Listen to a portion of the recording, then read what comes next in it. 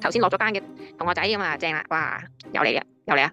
其實呢段時間學係最好嘅，信心爆棚，因為最波動嘅事啊嘛，越波動嘅事你走嚟學呢啲咧最開心嘅。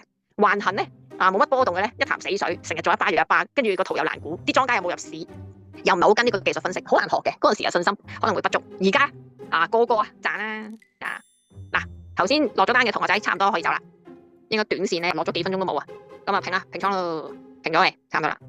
好，咁啊零啊，直到去06又賺啦。咁你哋自己就翻你個倉位啦。咁你哋中意賺幾多都係視乎你個本金有幾大嘅啫。譬如你個本金係有10萬蚊港紙嘅，譬如嘅啫。咁你呢度落0.1，咁你咪賺到60咯，係啦，就係褪一個小數點咁解啫。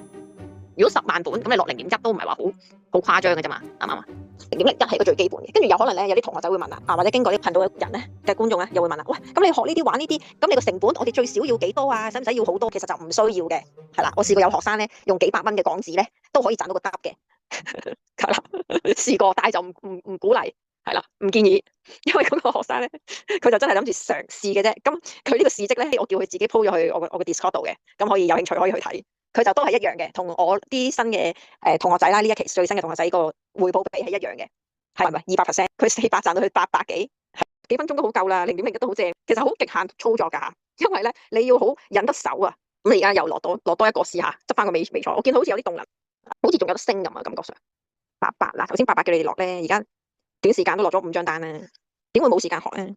會冇時間 trade？而家開始咗做單都半個鐘都冇，落咗5張單，形成一啲好嘅習慣咯，跟住。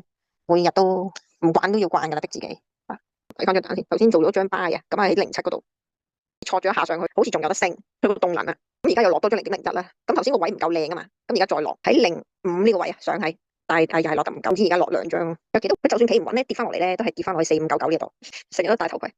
落得唔夠好啊。咁其實咧，如果用電話咧，就係要周圍轉啊，不斷轉嚟轉去。